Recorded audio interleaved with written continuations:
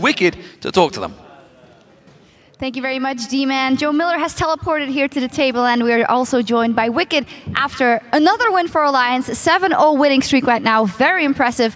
Tell me a little bit about the game in the beginning. We had the lane swaps coming in. How did that end up, if you think after? How good or bad was it for you guys? So I think the level 1 was in their favor. They got everything they wanted. I think they also got free buffs. So it was a really bad level 1 for us, and Jinx got a lane swap, which is also bad. But our level 1 was really weak, and we were afraid to invade because of that. And we're just like, whatever happens, we'll try to outplay them later in the game and just take clap level 1. What was the big thing for you? I mean, if we look into about 15 to 25 minutes, you were sat on a slowly growing gold lead up to about 5-6K. What got you the lead? I mean, 2 dragons in a row, what created that play for you? I think the reason we got the lead was because we got all the dragons, which my team did a lot of work for, and then Shuk did 2 really good ganks top, which put me 100 CS ahead almost, which was huge. Because of those 2 ganks, I could snowball top. Yeah, you guys were getting ahead, but then in the mid game, it kind of seemed like it was getting a bit closer. You didn't seem to capitalize on the things you'd gathered in the early game. Did you guys notice that as well, that maybe you could have pushed through a little bit earlier? Well, we were trying to just get a little goal at a time because we knew we were ahead and we didn't want to rush things. And I think if we hadn't made the mistake top lane, then they got 5 kills for nothing, it would have been a lot smoother. I want to talk about that because we heard, you know, the likes of the Rise in there doing incredible amounts of damage the further the game goes on. And you said you were quite happy to wait. Were you scared at some point that you might get to a point where they were too strong? I wasn't really scared at a point because I knew we were ahead. Our AD carry was superior in items, so even if Rise does a lot of damage, we can always just poke the Nidalee, just walk back, keep poking, and then our AD will do more damage to the tanks, and we will win by doing that. We also noticed in your build that you went for that Banshee's Veil second on Shyvana after the Blade of the Rune King. Was that for the Rise specifically, or?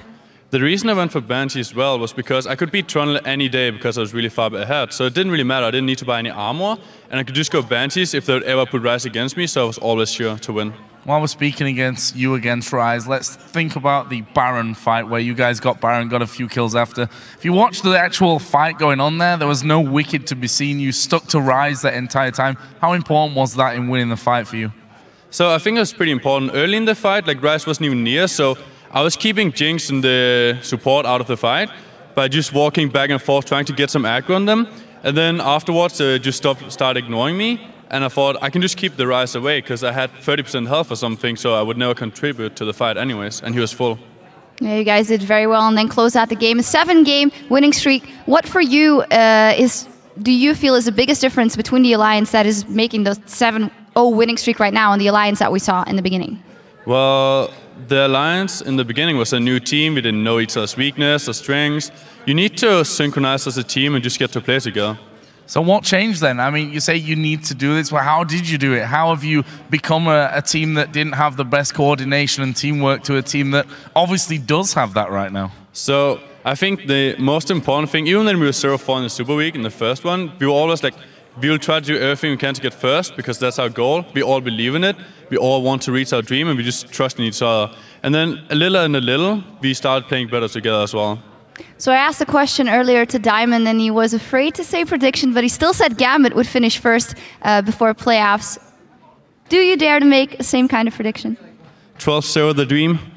12-0 the dream. Thank you very much, Wicked. Congratulations once again. We're going to take a brief break to allow Joe Miller to comb his beard, and when we return, the Super Hot crew will try and battle their way into the playoffs as they take on Fnatic.